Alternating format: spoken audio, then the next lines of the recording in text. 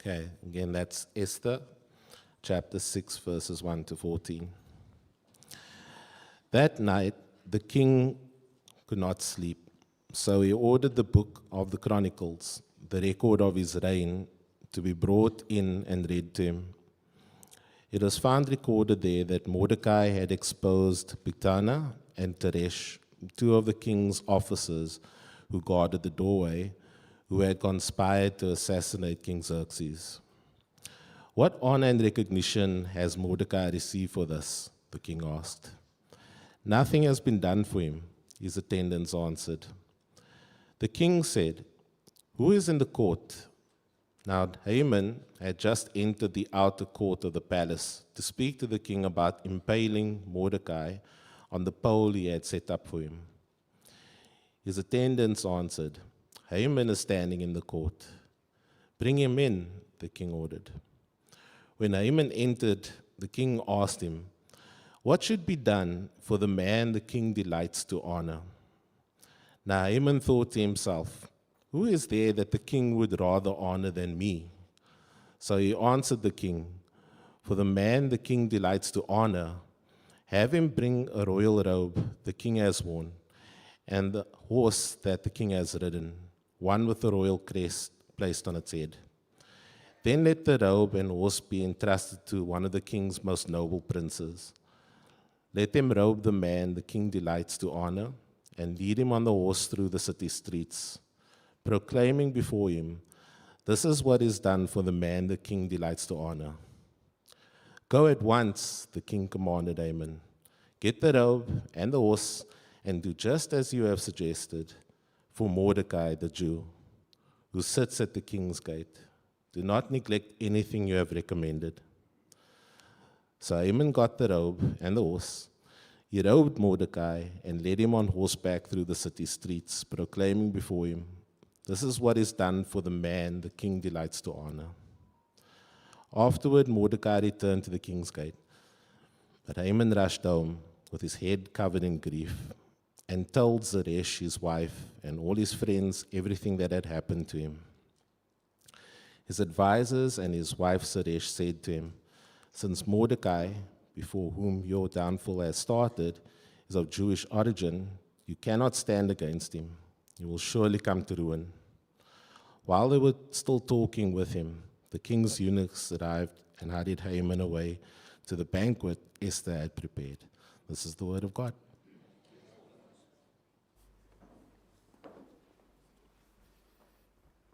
Thanks, Dwayne. Well, it's time for part 2, the exciting conclusion of the story of Esther. If you weren't here last week, or maybe you forgot, God's people are in peril. They are in a really sticky spot. You see, the evil, wicked, vile Haman has got into power. He is the second most powerful person in the whole empire of Persia, and he has an ancient vendetta against the Jews. And he chooses to use his position of power and influence to launch a plan according to the edict that went out, not just to kill, but to kill, destroy, and annihilate the Jews. A bit of overkill, but it gives you an idea of the hate, the spite, the total hostility emanating from Haman. He's the second most powerful person in the kingdom. Who do you appeal to? How do you get something done? Especially in Persia, which is not a democracy. It's not a place where things are discussed. They just, whoever's in power gets their way. Well, last week we met Mordecai. He's a Jew, and everybody knows he's a Jew. He probably looked like a Jew, and he can't hide it. And he's part of the reason that Haman is so riled up, because Mordecai won't stand and grovel before this ancient enemy. He reserves himself the whole time. But Mordecai has a plan. His cousin that he took in years before when she was an orphan and raised as his own, she is in the palace. She doesn't look like him. She's beautiful. And she's been married to the king for the last 5 years. And so planted there in the depths of the palace is their man on the inside, who just happens to be a woman. And so he gets a message to her, you've got to intervene, you've got to talk to the king on our behalf. And she says, Mordecai, Mordi, you don't understand. I don't have the kind of influence you think I do. I haven't been called to him for 30 days. This is a dangerous thing. Now, this is the point where I wanted to tell you some stories from Herodotus that just tell you how unstable Xerxes was, how everybody around him always felt on the back foot, just unsure of themselves, because you never were sure who he was going to execute. But I'm not going to David, because Adele's got a meeting afterwards. Esther had very good reason for being nervous. Xerxes was a nut job. That's as far as I'll go. So she takes her life into her hands. She goes into the inner courts where if you go in without the king's invitation, unless the king holds out his golden scepter, and she stands there where he can see her, and it doesn't say whether he smiled or not, but it does say he was pleased. And he held out the golden scepter and he said, Esther, my bookie. Long time no see. Come, what do you want? Anything, up to half my kingdom. When Xerxes is in a good mood, he's liable to shower you with gold. When he's in a bad mood, you're likely to have your head chopped off your shoulders. This seems like a good sign. He's in a good mood. Esther, strike while the iron is hot. Get that request in. But Esther says, no. I don't have many things going for me, but one thing I understand is charm. And that direct approach is not the way to go. She's got a plan. And so she says, oh, king, my request, my desire, the thing I risked my life for, is to invite you to a feast. Won't you come tonight? And Haman, lovely Haman, we all love Haman. You're wonderful. It's just you and Haman, come to a feast I'm putting on. And most curious to know what's going, Haman and the king go that night to this banquet, and it all goes wonderfully. Everything, the food is brilliant, it's just a great success. The hostess is very pleased with how it went, and at the end, loosen the belt a bit, the wine was good. Come on, Esther. I know you want something. You wouldn't just come into the inner court with no reason. What is it you want? Come on. Oh, it's nothing too big. Nothing too big for you, my dear. Just tell me. And again, she has this wonderful opportunity, but she says, my request, my desire, O king, is that you come to a feast that I've prepared for you tomorrow night. And the king's curiosity is piqued. He's fascinated again with this woman that he so fell for 5 years ago, and he goes to bed wondering. Haman leaves the palace high spirits. He's just exalted. All the things that he's had in his life, this is just, he's reached the pinnacle. Now, of course, to leave the palace, you've got to go through the gate. And sitting at the gate, working late, is Mordecai. Now, Haman doesn't realize why Mordecai is working late. He wants to find out the news from Esther. All he sees is that Jew who won't get up and grovel before me, won't give me the honor I'm due, and he walks through the gate, and all the joy he just felt 5 minutes ago has disappeared. Just like that, except in Persian. So he gets home, and he calls all his friends and his wife together, and it says in chapter 5, he starts telling them all about his wealth and his many sons, and he's like, oh, sorry, you called me to tell me about my sons, did you? I had those boys, I know. All about his wealth, all about the honors he received, and the greatest. Queen Esther put on the most amazing feast ever, and she only invited 2 people. And the other guy was the king. And then he says, and yet none of this is of any satisfaction to me as long as that Mordecai still lives. Now remember, he's cast the pur, which is kind of like playing dice to choose the right date. They've chosen this date for the 12th month of the year. This is the beginning of the year. If he just can wait a few months, Mordecai is going to be wiped out anyway. But he can't even wait that long. And so Zeresh, his wife, says, oh, my dear, you're so powerful, you can do whatever you like. Just build a gallows or a pole and have him hung upon it. Just wipe him out tomorrow. Then you'll feel a lot better. See, ladies, this is how you need to support your husbands. Just no. She's another piece of work. So Haman, that's a great idea. And then we get to the passage that Dwayne read for us, chapter 6. Meanwhile, the king can't sleep. Now, we're not told why. If it was Esther's cooking, probably that would have been mentioned. Maybe it's that gallows or that pole that they're busy putting up in Haman's back garden. Maybe that's the noise. It doesn't say. Haman can't sleep. The King Xerxes can't sleep. And so he calls for something to put him to sleep, and that's the official records of Persia. So some things haven't changed. Bureaucracy is boring. And the official starts reading, and in the records, there's that account of how Mordecai saved the king's life. And he's, ooh, I remember that. What did we do for him? Just remind me. And the official, oh, no, nothing. That slipped between the cracks. He wasn't honored. Oh, well, we better put that right. Morty, he's a good guy. Let's do something nice for him. The king's really in a good mood. Anyway, as this is now the very early hours of the morning, and you may have noticed, if you've been reading Esther carefully, the king can't decide what to order for breakfast without calling a cabinet meeting. He has to have his advisors and tell me what to do, to give me some advice. He says, well, who do we have in the court? What advisors are here to tell me how we can honor Mordecai?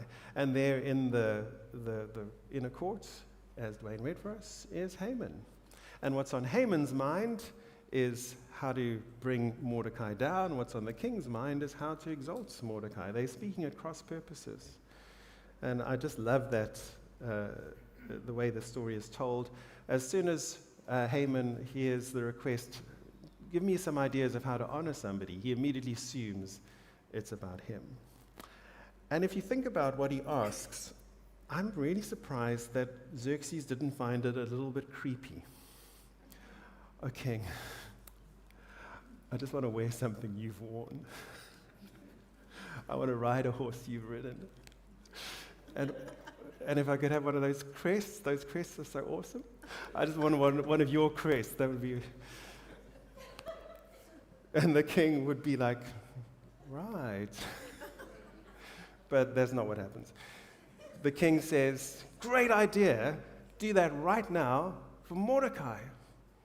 We're not told what Xerxes thought about the creepy request, but we are told how Haman felt about doing that for Mordecai. It nearly killed him. He did it, but in Persian, leading Mordecai around the marketplace, and says afterwards, Mordecai is like, it says, if I can find the verse for you, he went back to his seat, back to his desk at the king's gate, kind of thinking, that was a bit strange. Oh well, the work's not going to do itself. Back to the desk. But Haman, just keep mixing those two. Haman just covers his face. He's like, oh, I wish I was dead. This is the worst thing ever. Gets back to his wife and his friends, calls them together, and tells them what's happened. And this interesting little change happens. I don't know if you noticed it as Dwayne was reading.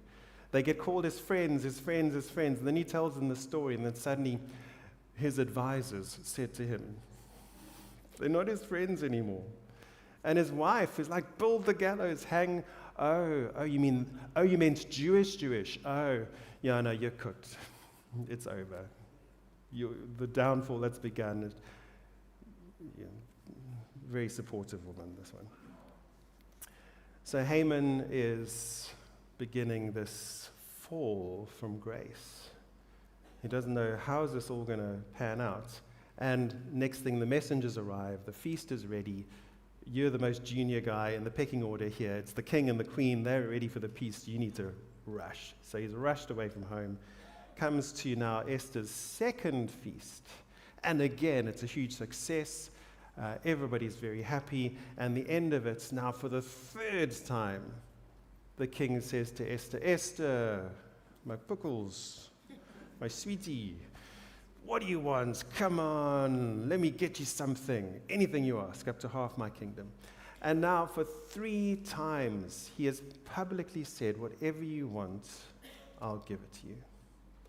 If she'd asked after the first time and he said no, it'd be like, well, that's his royal prerogative. He can say yes or no. After the second time, it's a bit more difficult. But now after the third time, she's got him to the point where really he has to support her in whatever she asks for. And so she says, my request, my desire is you grant me my life. My life is in danger. Save me, O king. My request is you save my people. And the king says, what? How did this happen? My best, favoritist wife? Somebody wants to kill her? And Mordecai, one of my most loyal helpers? How did this happen? Very tempting for Esther to say, well, Haman asked for permission to kill this rather irritating and unreliable people, and you didn't even ask who they were. Turns out that it's some of the most reliable and useful people in the kingdom that Haman wants to destroy. And so the king is furious when Esther says, it's this vile Haman. And so he goes outside and starts pacing in the garden. What do I do? What do I do? You say he wants to destroy Haman, that's clear, but he's given Haman permission to do all these things. He's going against his name is on all the orders that Haman has given. But don't worry, Haman's busy fixing that problem for the king. Because as the king comes back into the room, Haman has fallen on the couch begging Esther for his life. And it looks really bad. And the king says, that's all I need. It's a way of getting rid of Haman without looking bad myself. And so he raises himself up to his full height. He says, no gender-based violence in my palace. Off with him. And immediately, you can see which side the servants are on. They put a sack over Haman's head. None of them tries to explain, oh no, he was just begging for his life. In fact, they add to it, oh, and he's also been building this gallows in his back garden, hey, for Mordecai. And the king is, whoa, hang him on that then. And off Haman goes to his sticky end. And so Esther, after all this nervousness, saying, please fast for me for 3 days. This is a tricky thing. I'm taking my life in your hands. She has 2 feasts. In between is a sleepless night, but it results in a complete turning of the tables, which chapters 8 and 9 that explain how that all happened. Chapter 8, Mordecai is brought in. Esther explains, he's actually my cousin. He brought me up. And Xerxes makes all the connections, and it's very gesellig and everything. But then the king says, listen, the laws of the Medes and the Persians, they can't be changed. I can't get the edict back. It's gone out to the 127 provinces. The official horses have taken it. They've all got my stamp and seal, and you can't change that. But what I can do is I can take the seal that I gave to Haman and I give it to Mordecai. Now, Mordecai, I give you full authority to make your own edict and send it out. And I'll give you extra fast horses, and we'll give you the special high-grade postal system. Send out a message to tell the Jewish people that they can defend themselves, they can prepare, and they'll have the support of all the officials when they when they defend themselves. So, in other words, one edict has gone out. That can't be stopped. Nothing can be done about that. But now send a second edict out, and may the best edict win. That's what's going to happen. And remember, it's a few months away, so this happens, and the details of the edict are told to us. And then chapter 9 tells us what happens when the 13th of Adar, the 12th month, when that day arrives. And what happens is a complete reversal. In fact, chapter 9, verse 1 actually uses that phrase, the tables are turned. On the very day which was supposed to be their destruction, it's a day of great victory. Now, it's hard reading, chapter 9, all the people who get killed, it all seems a bit bloodthirsty. But two things to say about that. The first is, it was only in self-defense. End of chapter 8 tells us that when this edict, the second edict, started going out, many people started questioning their attitude towards the Jews, and a great number of them suddenly started pretending to be Jews. Thought, no, this is actually the right side to be on. And so, but it was by no means the fact that everybody was enemies and that they were attacking everybody, but there were some people, despite the evidence of how the tables were turning, who were still gunning for them. And if you were still attacking them, they said, well, we will defend ourselves. And then twice in chapter 9, it says they didn't take any of the plunder. Even though the edict entitled them to plunder their enemies, they didn't. They wanted to show, we don't want their stuff. It's not that we want their property. We want their land, their jobs. We just want them to stop attacking us. That would be nice. And so it's got to this point where we were down for annihilation. We're going to defend ourselves now. And they did it. And they actually had 2 days that they did it over and completely won. And then chapter 9 wraps up explaining this is where the festival of Purim comes from the name of the Pur, that I'm sure they were Afrikaans and rolled their R's when they said Pur. This is how they determined this day, which was supposed to be the day of total destruction, and which God turned into the day of victory. And so they remember it as Purim. That is the book of Esther. That's the story. Now, what are we to do with that? You know, it's possible to take little moral lessons from it as we go along. It's possible to say, Esther teaches us to be unashamed witnesses. Look how Esther was ashamed and hid her Jewish identity, and it just went so badly for her. She got more and more turned in on herself, more and more disconnected. It was really horrible. And why was she scared anyway? When it all came out, everybody wanted to be a Jew suddenly. Why was she scared? Just witness, tell people you're a Christian, don't be scared. Well, that's true enough as far as it goes, but the Bible's not written to give us little bits of advice like that. The Bible is written to tell us who God is and how we find salvation in Jesus. And so I want to point out just 2 things that Esther does for us. Firstly, it gives us a small picture of how God's hidden hand works. It's all the "it's just so happened" events in the book of Esther that show us how God works in the world. It just so happened that the king couldn't sleep. Of all the nights to get insomnia, it just so happened it was this night when everything was hanging in the balance. Of all the things that the king could have asked for entertainment, he could have sent to the kitchen for them to make him a toasted cheese. He could have called one of his wives from the harem. That would seem like an appealing option. He could have called some musicians to play something for him. He could have had some poetry read. But he chose to have the records read.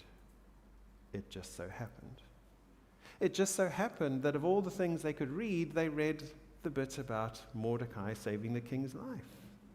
It just so happened that when he wanted to know what to do about that, Haman was walking into the outer court. It just so happened that when he asked Haman this, Haman was thinking about himself. No, that wasn't a coincidence. Haman's always thinking about himself, so scratch that one. But think later on. It just so happens that when the king comes back in from the garden, Haman is falling on the couch, begging Esther for his life. At every point of the story, there are all these, it just so happened, it just so happened, it just so happens. And you begin to think, it can't just be happening. It's too many coincidences. There must be somebody behind all this.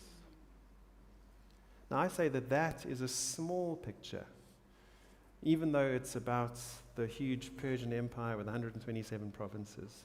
There is a much bigger picture of God's hidden hand at work, and that is the Lord Jesus. Now, you might be sitting there thinking, okay, I'm trying to follow here, but I thought when Jesus came into the world, that was God being obvious. God takes on flesh and he walks among us. How can you say that's God being hidden or his hidden hand? He had two hands and they were both visible, and feet, and a head, and a body. Jesus was God walking among us. Yes, he was. And yet what he was doing was hidden. Think of his mother. Luke tells us that she treasured up the words that the angel spoke. Simeon and Anna at the temple when Jesus is a little baby, they prophesy over him, and she treasures these words. And growing up, she knows he's special, but it gets to the cross, and she's like, what's going on? Why is this happening to my boy? Jesus' brothers and sisters who knew him so well, they knew there was something special about him. John chapter 5. They say, Jesus, why aren't you going to Jerusalem to get a bigger following? You know, we know you're special. Why aren't you building a following? And Jesus is like, you don't understand my kingdom. My hour has not yet fully come, he says. The disciples who Jesus teaches and pours himself into for 3 years and tells them explicitly, the Son of Man has come to suffer and die, and on the third day be raised again. And when he is dying on the cross, they're like, what's going on? We don't understand. Nobody told us. In 1 Corinthians chapter 2, verse 8, Paul is talking about how the gospel is a mystery. All the clues are there. Everybody knows the facts, but nobody can put it all together. And he says in verse 8, none of the rulers of this age understood this mystery. For if they had, they would not have crucified the Lord of glory. Now, Paul, when he talks about the rulers of this age, he's not talking about kings or presidents or governors. He's talking about the demons, Satan, the spiritual powers of this world. He said, if Satan had understood why Jesus came to earth, he would have bent all his powers to keeping Jesus alive. Because it's by dying that Jesus gives us life. It's by his defeat that he wins the greatest victory. Jesus is the big picture, hidden hand of God at work. And not even Satan, with all his years to think about it and figure it out, could understand what God was doing. Now, why am I telling you any of this? Ephesians 1 says that God's plan for the whole world is to bring everything together under one head, even Christ. That's where everything's hidden. But it's a huge plan. It's a plan worked out over centuries, over continents, over cultures and nations. And to trace all the threads and keep track of what's going on is beyond any of our minds. And so we need these little pictures. We need the Esthers, where from time to time God brings all the threads to the surface. So we can say, oh, that's why that happened.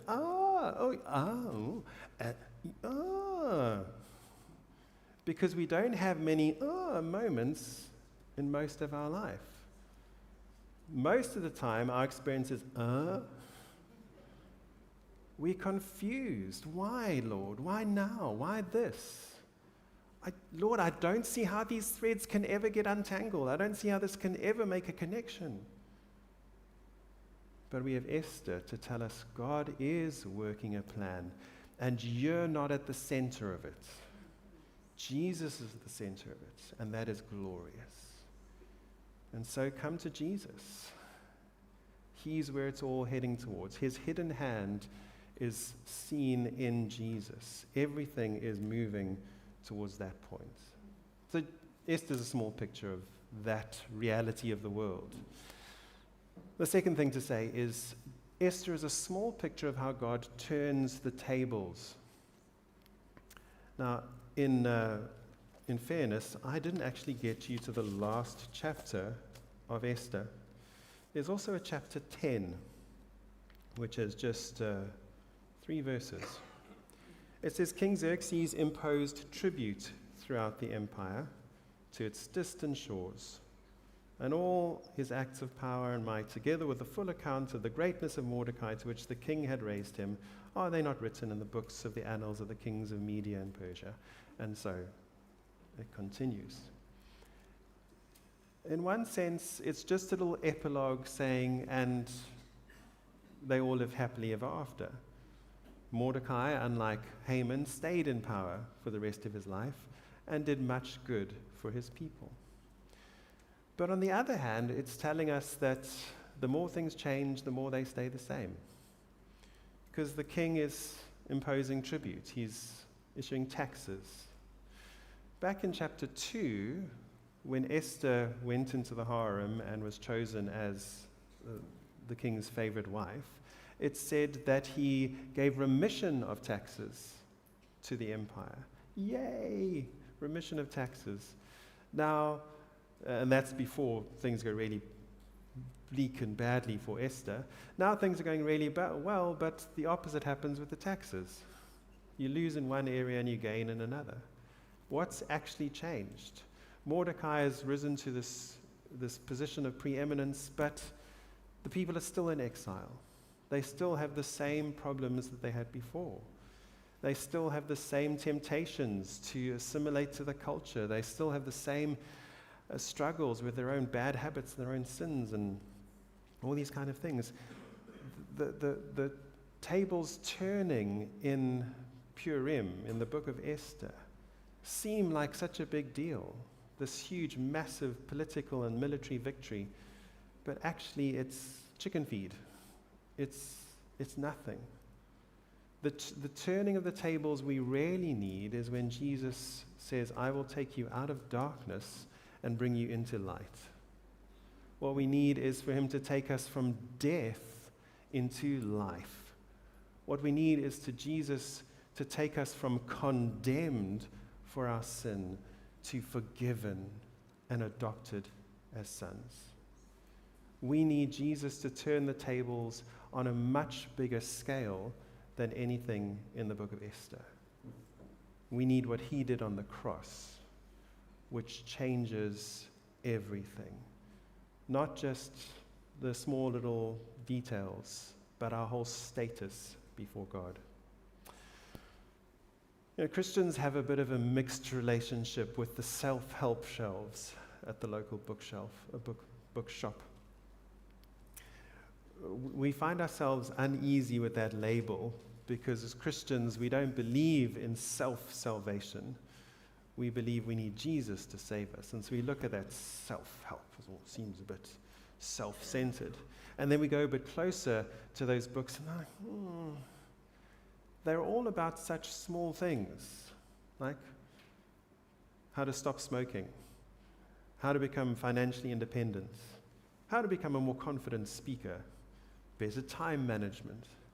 You think, well, yeah, I could help myself, I could improve myself in those areas, but I could have the best time management in the world, but if I don't know Jesus, I'm still going to hell, which is, if you think about it, for eternity, which is pretty bad time management. So the book hasn't really made that much of a difference. Well, not in the way I need. I need a bigger turning of the tables than just being helped in my time management.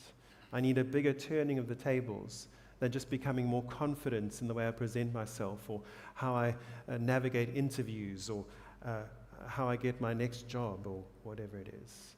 The turning of the tables I need is to be turned from an enemy of God to a friend. I need to be turned from a condemned sinner to a loved child. I need to be turned from death to life. Esther is a small picture of a much bigger thing that God wants to do for everyone who comes to Christ. I'm going to pray, and then we're going to celebrate the big picture as we come to the Lord's table. Father, thank you for this small picture of your hidden hand at work, for this small picture of how you turn the tables. And Lord, will you stretch our gaze? Will you increase our vision to see how you have a hidden hand that is woven all through history? It is all about bringing us under the loving lordship of Christ. Lord, that you are about turning tables not just in small political ways, but to the depths of our being and the core of our identity. You're about turning us from darkness to light, from death to life. Please, Lord, I pray for the ability to respond even now as we come to your table in Jesus' name. Amen.